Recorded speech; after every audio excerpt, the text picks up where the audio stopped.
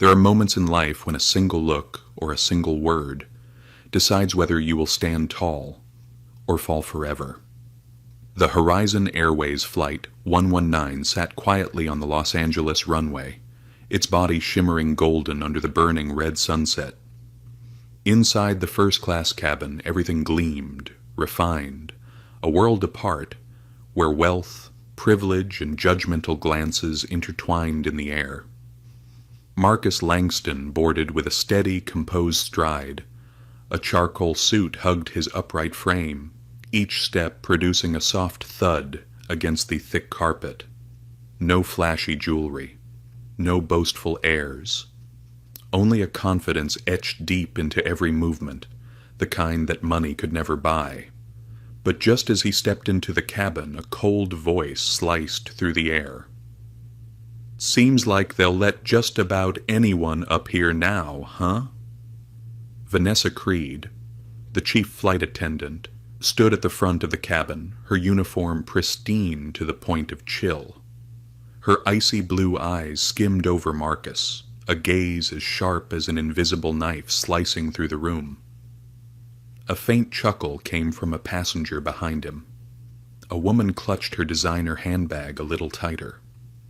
Marcus paused for half a beat, then simply smirked, the kind of poise honed through countless years in the trenches of business. He extended his boarding pass where the name Langston Marcus, Seat 1B, was printed boldly. Vanessa took the ticket between two fingers as if holding something dirty, and held it up to the light. "Seems off," she said casually, though the undercurrent of malice was sharp enough to draw blood. The scanner beeped. A soft green flash. Valid. Unwilling to accept it, Vanessa demanded another scan. Beep! Valid again. The cabin held its breath. Eyes pierced into Marcus, waiting to see how this outsider would react. A man in a pinstripe suit whispered to his companion, "Probably won a prize ticket." An elderly woman with pearl earrings pressed her lips tight, eyeing him warily, but Marcus didn't flinch. "Scanned twice already," he said evenly, his voice as deep and steady as a drumbeat. "I believe that's sufficient."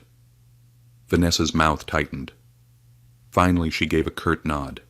"Go on." Marcus nodded politely, moving forward. No complaints, no retorts.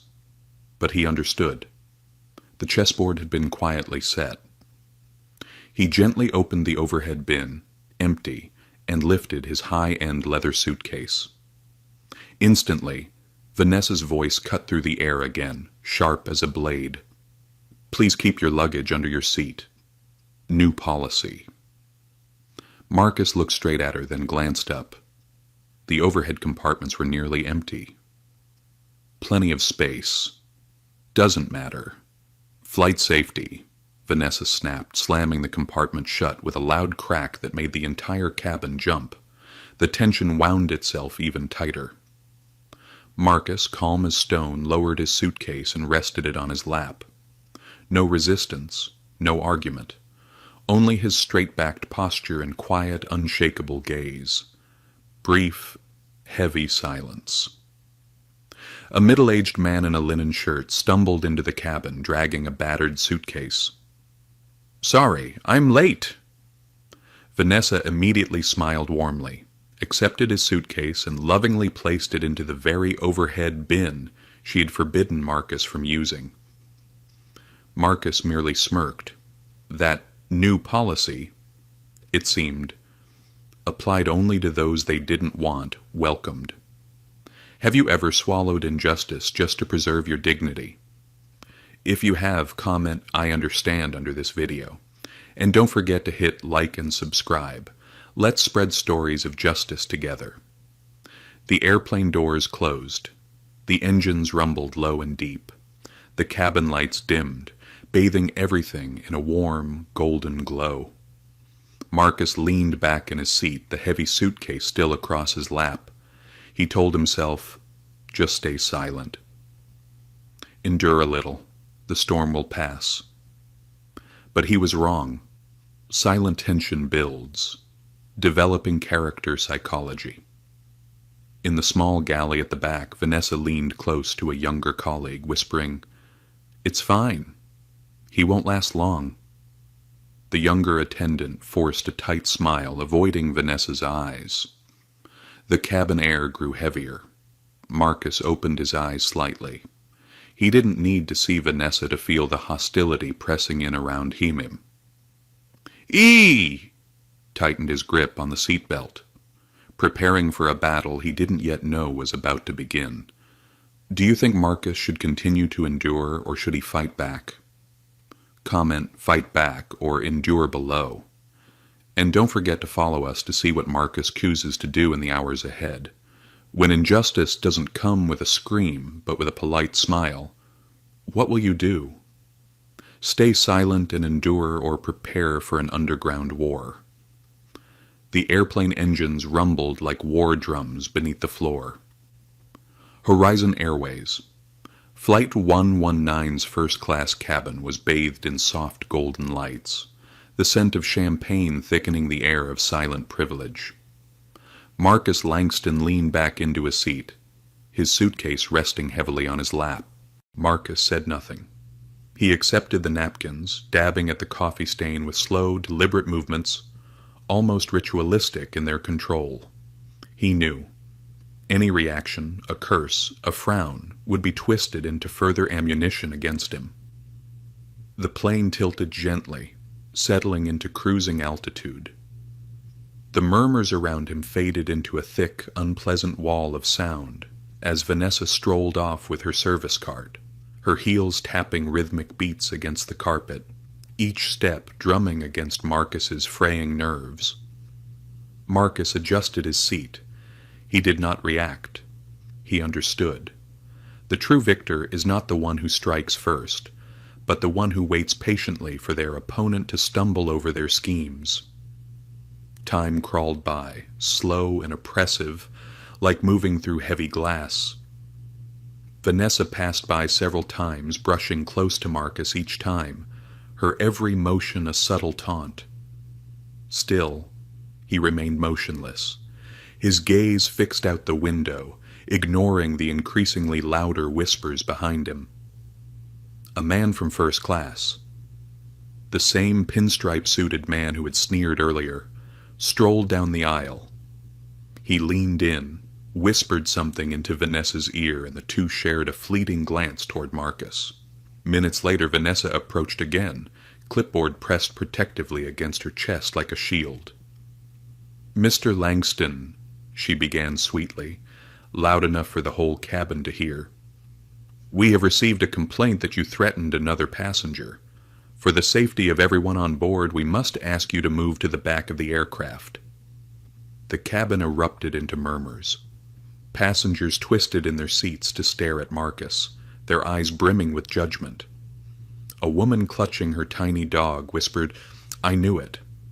Trouble from the start. Marcus rose from his seat, not hurried, not angry. He pulled out his phone, which he had discreetly set to record once the attacks began, and held it up, his voice cutting through the tension. "I have recorded the entire interaction. If anyone has proof that I have been disruptive, please speak up now." The cabin fell into stunned silence. The pinstripe-suited man froze, avoiding Marcus's gaze. Vanessa's face stiffened, her lips pressed into a thin, bloodless line. No one spoke. Not a single accusation was uttered. Marcus calmly returned to his seat, his cold gaze sweeping across the cabin, branding every face into memory. The click of his seatbelt fastening echoed sharply, a silent declaration that he would not fall easily.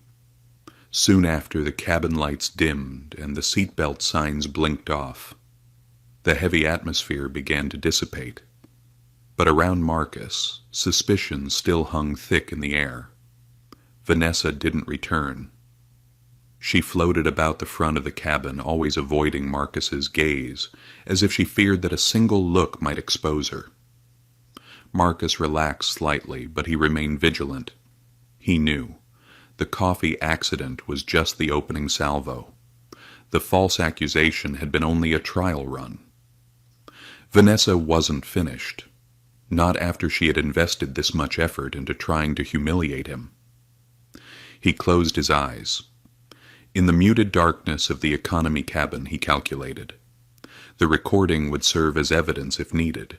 He could have his lawyers demand compensation, even sue the airline. But he understood. This wasn't just a legal battle. It was about honor. And honor, once smeared in front of hundreds of witnesses, needed more than evidence to cleanse.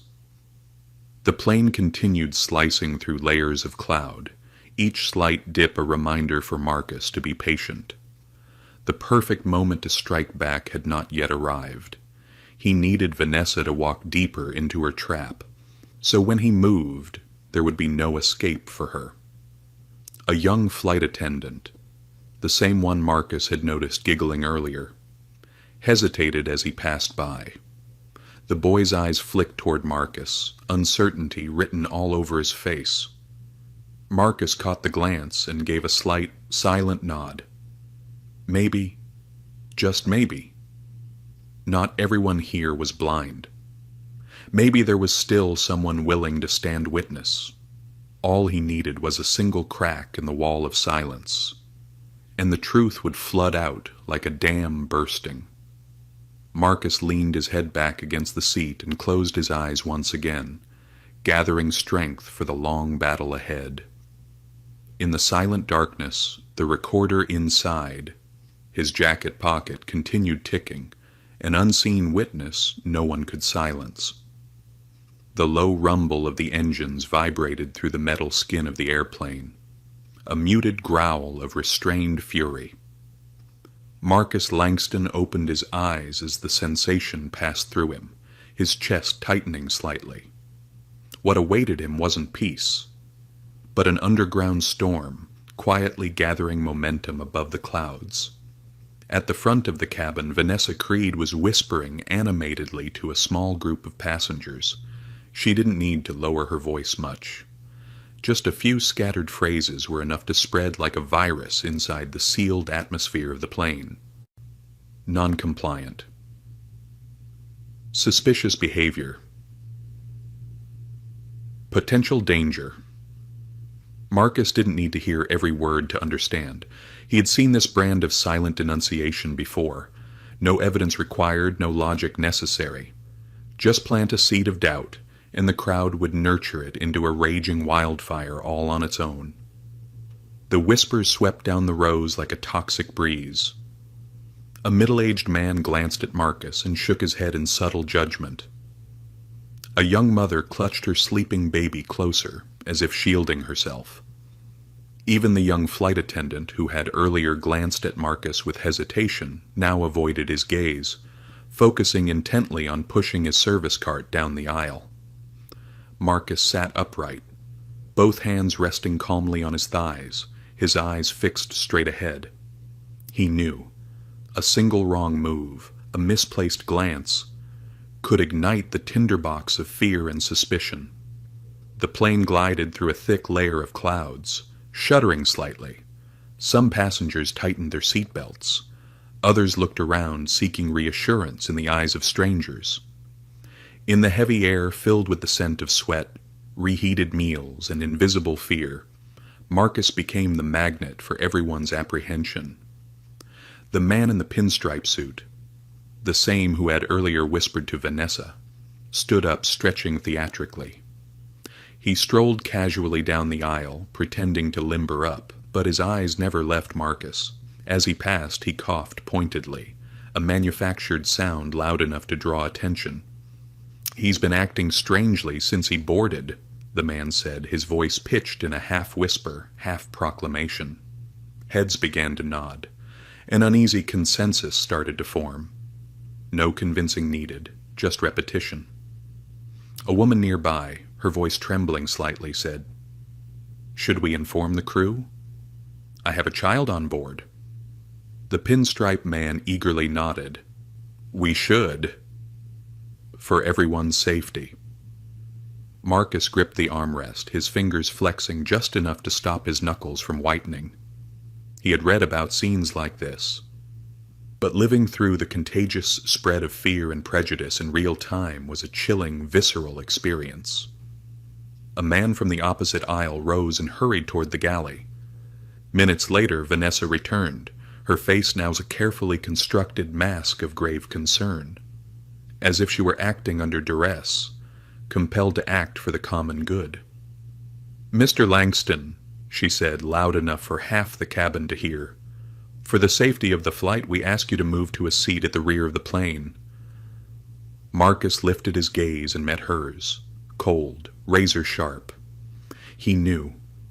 If he resisted, he would step right into the trap they had laid. If he complied silently, he would surrender another piece of his dignity. He unfastened his seatbelt deliberately, stood up, retrieved his suitcase from under his seat, and faced Vanessa calmly. "I request to speak with the captain," he said, his voice low but carrying clearly. A frozen silence gripped the cabin. Vanessa blinked, unprepared for this response. But quickly, as someone used to manipulating situations, she shook her head. "The captain is occupied. We have the authority to reassign seats in the interest of flight safety." Marcus tipped his chin slightly. "Then please note it in the flight report. Passenger relocated without valid cause." "I am willing to sign the acknowledgement." Vanessa stiffened. For the first time, the murmuring wasn't solely directed at Marcus. It now edged uncertainly around Vanessa. The steely certainty in Marcus's demeanor sowed seeds of doubt among the watching crowd. Vanessa clenched her jaw, lowering her voice to a saccharine whisper. "You're obstructing crew operations. If you continue, security will be waiting upon landing." Marcus didn't flinch. His gaze held no defiance, no plea, only a steady, unwavering presence that unsettled everyone around him. After a long, tense beat, Vanessa retreated a step, her voice falsely sweet and brittle. "Very well. Please remain seated and refrain from further disturbance." Marcus sat down without a word, refastened his seatbelt, and pulled his suitcase close. His eyes swept over the peeking faces behind the seatbacks, faces filled with confusion, concern, and something else. Something Vanessa hadn't anticipated. Doubt. He knew. The first cracks had appeared in the wall of lies, and with enough patience, the entire false narrative Vanessa had built would crumble. The plane cruised steadily through the grim gray sky, buffeted gently by pockets of turbulence. The cabin's heavy tension didn't ease. But now it wasn't just Marcus who bore its weight. It had begun to settle, heavily, silently, on Vanessa Creed. The plane pierced through the gray cloud layers, leaving torn streaks of atmosphere in its wake. Inside the cabin, the air thickened into an invisible liquid, heavy and suffocating over every seat. Marcus Langston sat still, his hand resting lightly on the polished leather of his suitcase. The coffee stain had dried into dark, blotchy patches on his expensive trousers, but he no longer cared about appearances. This battle was no longer about a stained suit. It had escalated into a war for dignity, identity, and the right to exist in a world where people like Vanessa Creed believed they had the authority to judge. Vanessa had disappeared into the crew area for some time. Marcus didn't need to see her to know. She was plotting her next move. She would never retreat after a mere stumble. Sure enough, within 10 minutes, the cabin speakers crackled to life. But instead of a standard announcement, a voice rang out with deliberate clarity. "Attention passengers. As part of our internal safety protocol, we will be conducting a random inspection of carry-on luggage in row 9. Thank you for your cooperation." A ripple of murmurs spread throughout the cabin. Several passengers turned their heads to glance at Marcus, their eyes filled with a cheap, hungry anticipation and vague, growing fear. Marcus closed his eyes for a brief moment. No one believed in so-called random checks. The target was as clear as day. The crew door swung open. Vanessa led two other flight attendants down the aisle, white gloves in hand and portable scanners at the ready. Vanessa stopped in front of Marcus, her voice sweet as syrup, her eyes cold as ice. "Apologies, sir. May we kindly ask you to open your bag for a quick inspection? It won't take long." Marcus lifted his head, his gaze sharp as a blade. "Before I comply," he said, his voice calm but ringing through the thick air, "I would like a specific explanation for why my luggage is being inspected." One of the two male attendants glanced nervously at Vanessa. Without blinking, she replied smoothly, "Random inspection. New company policy." Marcus smirked faintly. He stared straight at her, his voice as steady as flowing water. "Random? Funny how I'm the only one chosen." Vanessa shrugged, her smile brittle. "Please cooperate or we'll have to report non-compliance with flight safety regulations."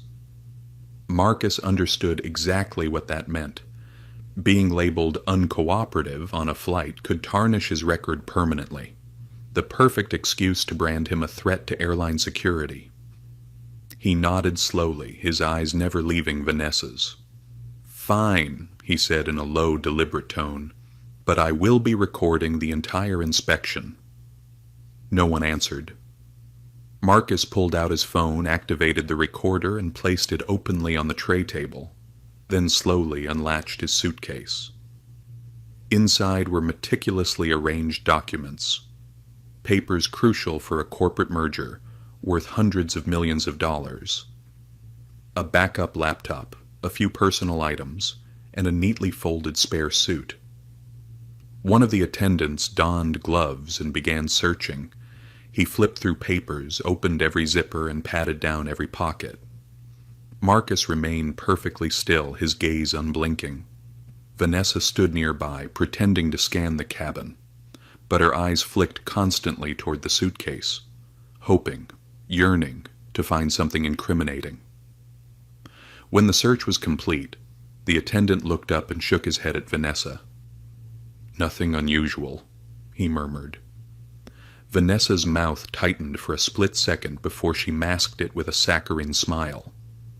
"Thank you for your cooperation, sir," she said, then turned sharply, leaving Marcus with a disrupted, disheveled suitcase. Marcus calmly reassembled his belongings. Every movement is precise and deliberate. He knew a single slip, a single outburst, could hand them the weapon they craved. The cabin's murmurs rose again, but this time Marcus caught something new in their tone. Uncertainty. Hesitation. Not everyone was buying into Vanessa's narrative anymore. The plane began its slow descent. The seatbelt sign dinged overhead. The cabin lights flickered. Flight attendants moved down the aisles, checking passenger seatbelts. Marcus closed his eyes, drawing in a deep, steady breath. The first battle was over. He hadn't won, but he hadn't lost either. He knew Vanessa wouldn't stop. Someone like her, once she set her sights on destroying someone, would use every dirty trick she could find. But now Marcus was ready. He had the recordings. He had silent witnesses, the phone, capturing every damning second, and more importantly, he had something Vanessa could never predict. The patience of a man who understood that to tear down a liar, you didn't need to scream. You only needed to wait, and they would trip over their deceit. The plane glides lower, slicing through the thick silver clouds, preparing to land. Marcus tightened his grip on his suitcase. The real game had only just begun. The airplane's wheels screeched against the tarmac as Horizon Airways Flight 119 touched down. A small jolt traveled through Marcus Langston's body, but he showed no reaction. The cabin lights flickered from amber to pale white. The signal for all passengers to remain seated, seatbelts fastened. The Boeing 787 rolled along the runway, decelerating steadily. Outside the window, the Denver tarmac shimmered under the cold, harsh glare of yellow floodlights. Marcus tightened his grip on his suitcase handle, his gaze sharp as a blade locked onto the galley, where Vanessa Creed clustered with several flight attendants. She threw him a glance, her lips pressed into a tight line. Frustration radiated from every tense movement she made. Marcus knew. The failed luggage inspection had cost Vanessa face in front of the entire cabin. She wouldn't back down easily, and he sensed that the next move would be rougher and far more dangerous. The aircraft vibrated gently as it turned onto the taxiway. An announcement crackled overhead. "Welcome to Denver. Please remain seated until the aircraft comes to a complete stop." Marcus inhaled deeply, bracing himself. It took exactly 3 minutes. The cabin intercom buzzed, and this time Vanessa's voice came through, cold, stripped of any pretense of politeness. "Attention passengers, we have identified a minor technical issue involving seating equipment in row 9. For your safety, we will be conducting an immediate inspection. Passengers in row 9, please remain seated." A manufactured technical issue. Marcus narrowed his eyes. This wasn't an accident. It was a trap. The cabin door opened. 2 airport security officers, dressed in Navy uniforms and white gloves, boarded the plane with grim expressions.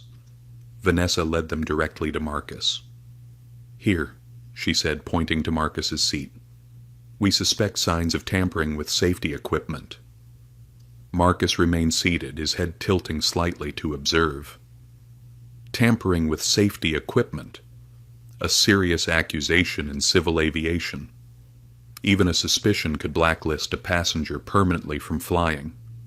One of the security officers, the taller of the two, spoke. "Sir, may we inspect your seat?" Marcus nodded, calmly unfastening his seatbelt and rising to his feet. He stepped back, his eyes flicking briefly to his phone, still recording. The officer crouched, inspecting the seat. He tugged the tray table, checked the seatbelt, and examined the bolts and fastenings. Suddenly he paused. A small loose bolt was wedged between the seats. Vanessa immediately surged forward, her voice high-pitched with manufactured alarm. "There! I reported it earlier. The seat shows clear signs of tampering." Marcus looked at the bolt, his expression unchanged. The setup was laughably crude. Loosening a seat bolt mid-flight without drawing attention was impossible, and Marcus had only left his seat once, for a 2-minute restroom break. The second security officer frowned. "Sir, do you have any explanation?" Marcus answered evenly. "This aircraft underwent a thorough inspection before departure. If there was an issue, it existed before I boarded. I was assigned this seat by the chief flight attendant. I had no choice. At no point did I interfere with the seat structure." He held out his phone. "I've been recording continuously since I was ordered to change seats. I'm willing to provide the recording." The 2 officers exchanged glances. One of them nodded. "Please retain the recording, sir. Do not delete it." Vanessa stiffened visibly. She hadn't expected Marcus to remain this composed. One of the officers continued the inspection, checking nearby seats, and uncovered something critical. 3 other bolts were also loose. Not just Marcus's seat. The entire section. A detail Vanessa hadn't accounted for. The senior officer turned to her. "Chief Flight Attendant, where is the pre-flight safety checklist for this seating area? Was it cleared before departure?" Vanessa hesitated. "A beat too long." I'll need to verify with the maintenance team," she stammered. Marcus seized the moment. He said calmly, "I recommend reviewing the cabin surveillance footage. Horizon Airlines has continuous monitoring on international flights. If someone tampered with the seats, the cameras would have recorded it." The suggestion dropped like a hammer. Vanessa paled visibly. She knew full well the surveillance was active, and that its evidence would be irrefutable. The officer nodded and radioed the technical team. No one spoke during the long, suffocating minutes that followed. Only the faint clatter of luggage carts outside the plane and the heavy breathing of those clinging desperately to their collapsing narrative filled the silence. Finally, the radio crackled. Review of pre-flight logs. No reported faults in row 9 before departure. Review of surveillance footage. No passenger tampering detected during flight. The report was clear, damning, a death knell for Vanessa Creed. Marcus stood tall, his gaze placid, as serene as still water. The lead officer turned back, his voice ice-cold. There is no evidence that Mr. Langston tampered with any equipment. The incident will be formally investigated according to protocol. Flight crew is instructed to file a technical incident report. Vanessa clenched her clipboard so tightly that her knuckles whitened. Marcus calmly retrieved his suitcase, gliding past her as if she no longer existed. The cabin was silent. Passengers sneaked glances at Marcus. But now their eyes were no longer filled with judgment. They shimmered with doubt. And unease directed not at him, but at the ones who had tried to make him the villain. The plane had come to a complete stop. Passengers began rising, pulling their luggage from overhead bins. Marcus waited until the aisle cleared before standing. No rush, no panic. The battle wasn't over yet, but today, once again, Marcus Langston had walked through the filthiest of traps, untouched. Marcus Langston stepped out of the narrow aircraft aisle, his suitcase gliding behind him in a perfectly straight line across the carpet. Passengers fanned out along the jet bridge, a few sneaking glances at him, their expressions hesitant rather than hostile. He paid them no mind. Crowds could be easily swayed, but just as easily lost when the truth began to crack through the surface. As Marcus reached the doorway, Vanessa Creed suddenly blocked his path. Her face was frozen cold, chin tilted upward, clipboard clutched like a flimsy shield. "Mr. Langston," she said, her voice stripped of fake sweetness, laced instead with rigid anger. "Please remain here. A new incident concerning your behavior has been reported." Marcus raised an eyebrow, his gaze sweeping over her with frosty detachment. "Another incident?" he asked, voice low and even. Vanessa inhaled sharply, raising her voice just enough to draw attention from the lingering passengers. "A second flight attendant has reported that you verbally threatened crew members during the flight. For everyone's safety, we are compelled to request airport security detain you for investigation." A fresh murmur rippled through the small crowd, gathered by the door. Marcus tightened his grip on his suitcase handle, his expression unchanging. He had anticipated this move the moment he heard those early whispers between Vanessa and the man in the pinstripe suit. This was a desperate move, and the most dangerous yet. Slowly, Marcus drew his phone from his jacket pocket. The recording app was still running. "I have a complete recording of the entire flight. From the moment I was asked to switch seats," Marcus said, his voice firm but not loud, just enough for everyone nearby to hear clearly. "If anyone would like to verify whether I made any threats, they are welcome to listen." A heavy silence fell. Even Vanessa faltered for half a heartbeat. An airport security officer stepped forward. He wore a gray uniform, his face stern but not hostile. "We'll need to review that recording, sir," the officer said. Marcus nodded, calmly opening the file in front of them. He played the recording over the speaker. The unedited audio captures every exchange, the seat change, the luggage inspection, the loose bolts incident. All with Marcus's voice calm, steady, without a single harsh word, without a single threat. The officer listened intently, occasionally glancing at Vanessa. His expression grew increasingly grim. When the recording ended, Marcus added. His tone was steady as ever. Additionally, I request that the cabin surveillance footage be reviewed to substantiate all claims made against me. A new wave of whispers stirred the cramped jet bridge. But this time the murmurs were no longer fully against Marcus. Vanessa gripped her clipboard tightly. Her hand trembled, almost imperceptibly. But enough. Still, she tried to salvage. The recording could have been edited, she said stiffly. Marcus said nothing, merely handed the phone to the officer. The officer took it seriously, nodding curtly. We will submit this to digital forensics. If it's been altered, we'll know immediately. He then turned to Vanessa, his gaze sharpened. Additionally, we will request a review of the cabin surveillance footage. If your reports do not match the evidence, you will also be held accountable. Vanessa blanched. Marcus pulled his suitcase smoothly past her, walking out of the aircraft with his back straight and his pace deliberate, like a glacier moving through fire. No one stopped him now. As he exited the jet bridge, the airport floodlights struck him full on. The cold night air bit at his face, but it was fresher, cleaner than any breath he'd taken aboard that plane. Marcus knew it wasn't over. Vanessa wouldn't stop after one failed accusation.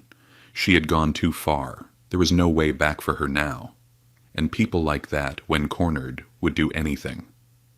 He pulled out his phone and called Carla Reese, his attorney. Plan B, he said tersely.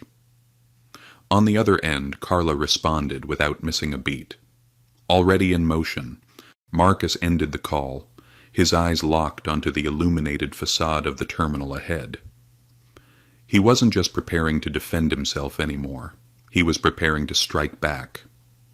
He knew Vanessa still had cards left to play, maybe fabricated witness statements, maybe a media smear campaign, maybe even more serious accusations. But this time he wouldn't just parry. He would expose her completely. The plane had landed. The airport welcomed a fresh crowd of travelers. But beyond the glare of terminal lights, the war between Marcus Langston and Vanessa Creed had only just ignited, like an ember in the dark, waiting for the wind to fan it into an unstoppable blaze. Outside Denver International Airport, the sky had darkened under the weight of heavy, swollen clouds. The streetlights along the exit lanes flickered on, their reflections shimmering across the damp pavement. Marcus Langston rolled his suitcase steadily across the concrete, each step heavy as stone. He didn't leave the airport immediately. Plan B, the one he and Carla had prepared, required him to stay nearby, because the next attack from Vanessa wouldn't come aboard the plane. It would hit the battlefield of public perception, and it came faster than he expected. Less than 30 minutes after stepping off the aircraft, Marcus's phone buzzed violently. A message from Carla flashed across the screen. It's starting. Marcus opened the news app. Right there on the home page, a blazing headline swallowed the screen. VIP passenger causes uproar on Horizon flight. Crew alleges threatening behavior. He scrolled through the article, scanning it swiftly. The piece described an unnamed passenger with a history of disruptive conduct, threatening flight attendants, and interfering with flight safety, citing an anonymous internal source. No names were mentioned, but the details leaked were enough for anyone following the earlier incident to know exactly who they were talking about. The attached photo was a grainy shot of Marcus dragging his suitcase through the terminal, his face half lit, half shadowed under harsh airport lights, snapped from a distance to make him appear sinister, blurred, almost menacing. Marcus quietly pocketed his phone.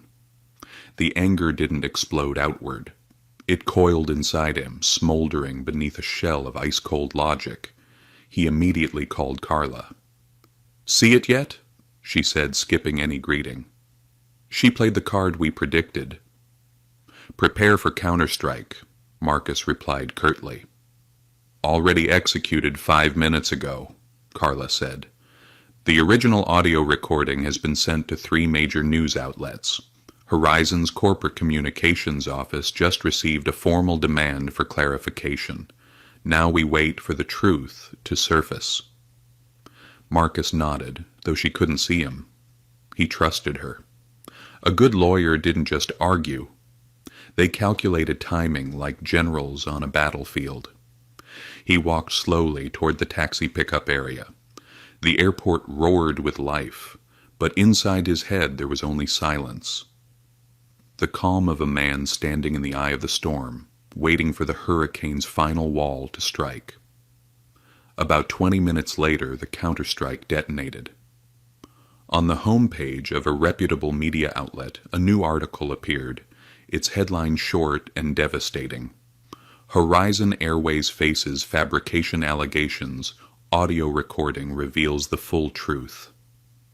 The unedited recording, clear, intact, was attached to the article. Marcus's voice throughout, calm, steady, rational.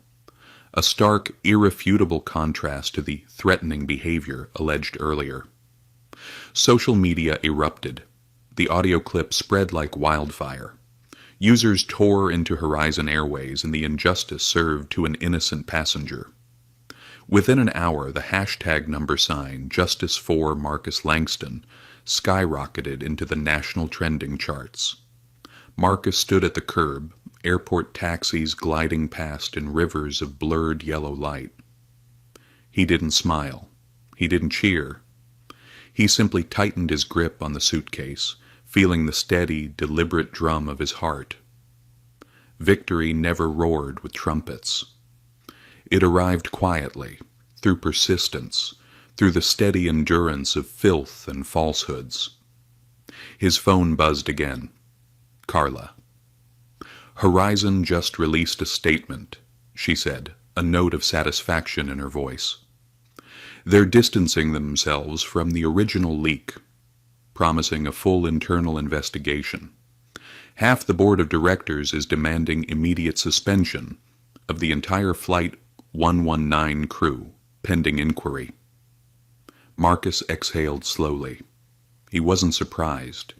Vanessa had lost her last shield, institutional protection. Now she stood alone, exposed before the harsh light of truth. But Marcus knew. A cornered animal was most dangerous. Vanessa still had one card left, and if he intended to end this fully, he would have to strike the killing blow. He didn't head for his hotel as planned. Instead, he ordered the taxi to drive him straight to Horizon's local office in Denver.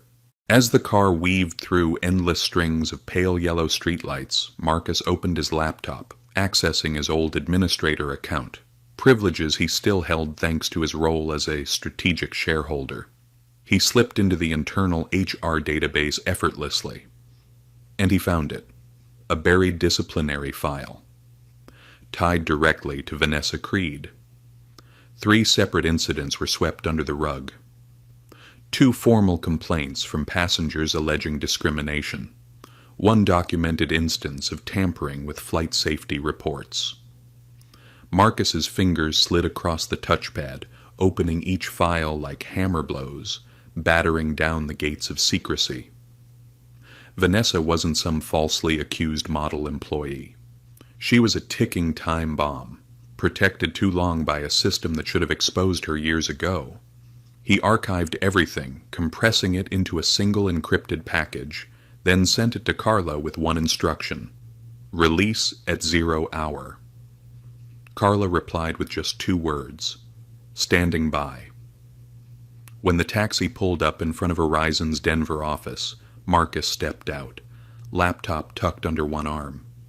Above him, the night sky sagged heavy and dark over the city, but inside him there was only the immovable certainty of granite. He was no longer the hunted. He was the storm that would end the game. The main lobby of Horizon's Denver office stood still under the bleak glow of gray-white lights. Marcus Langston pushed open the glass doors, the wheels of his suitcase slicing a sharp line across the polished floor.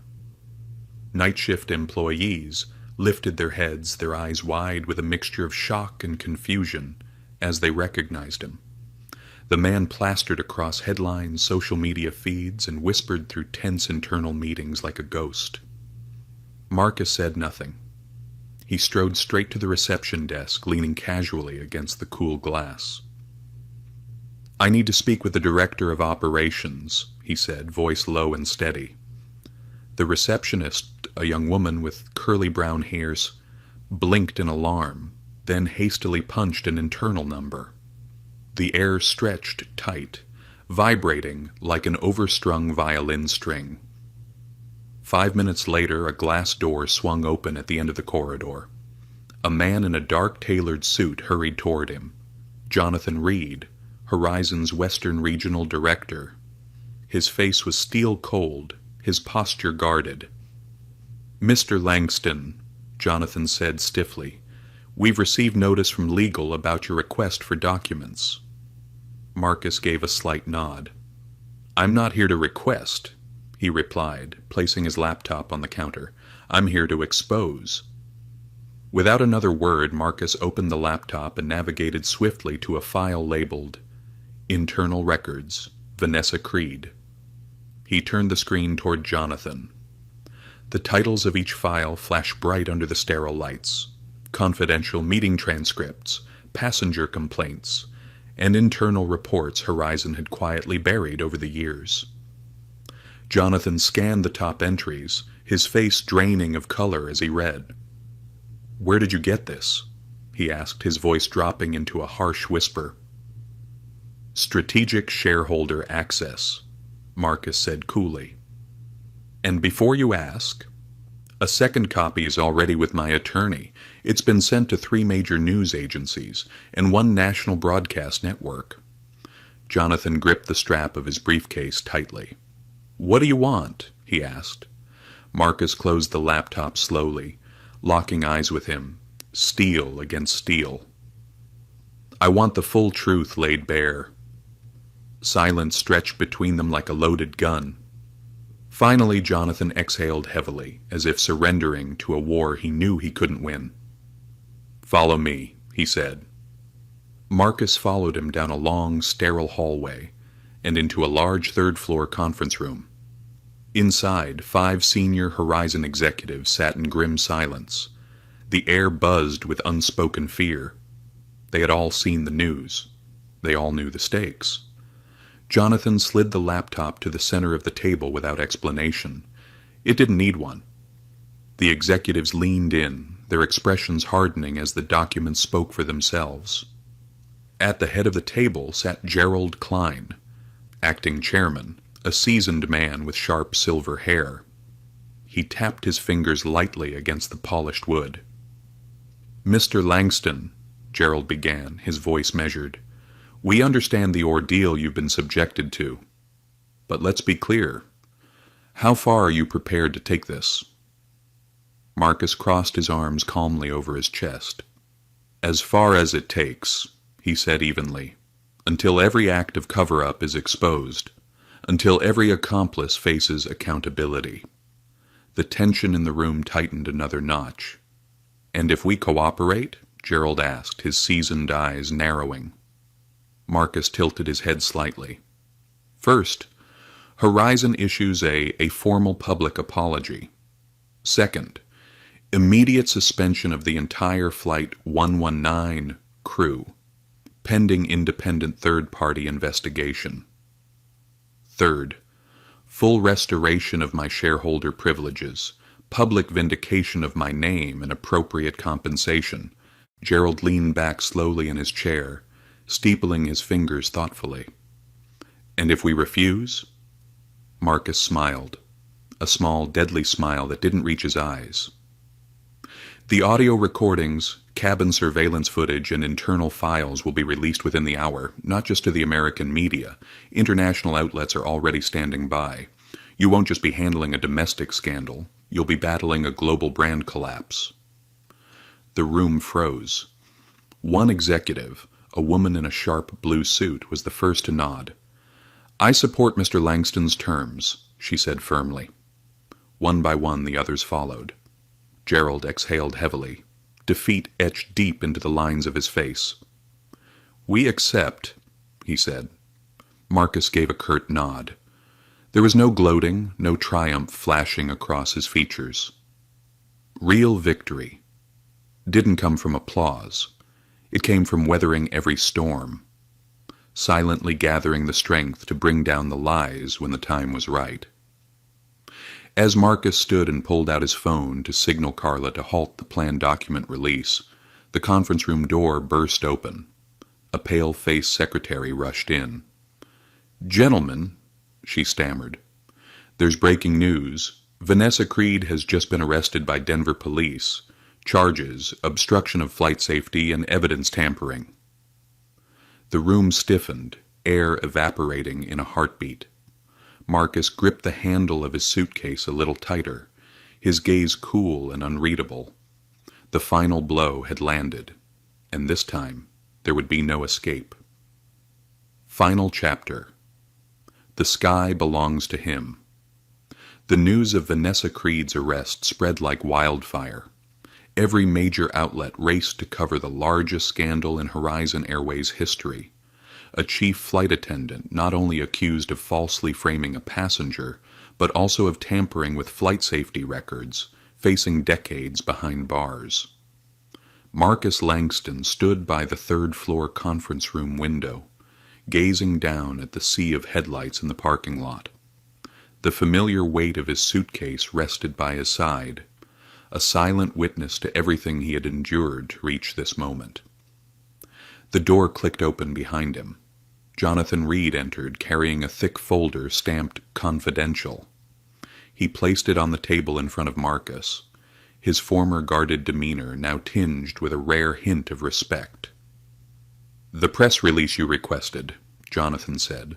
"Horizon formally apologizes, fully clears you of any misconduct, and pledges sweeping internal reforms." Marcus nodded, scanning the draft. Every word had been chosen with precision, not just clearing his name, but forcing Horizon to admit its systemic failures to the world. Beneath the statement was an attached settlement, $15 million in damages and full restoration of his shareholder status, now worth even more thanks to the groundswell of public support rallying behind Marcus. He signed without hesitation, one clean, final stroke of the pen. When the last line was inked, Marcus knew. This wasn't just the end of a battle. It was the end of an entire chapter of his life. Jonathan hesitated, then asked quietly, "Will you stay with Horizon?" Marcus lifted his eyes, calm and resolute. "No." Jonathan blinked, visibly taken aback. Marcus gathered the documents, sliding them into his briefcase with slow precision. "I no longer believe in a system that only acts when it's cornered. I'll build my own." Jonathan nodded slightly, not arguing.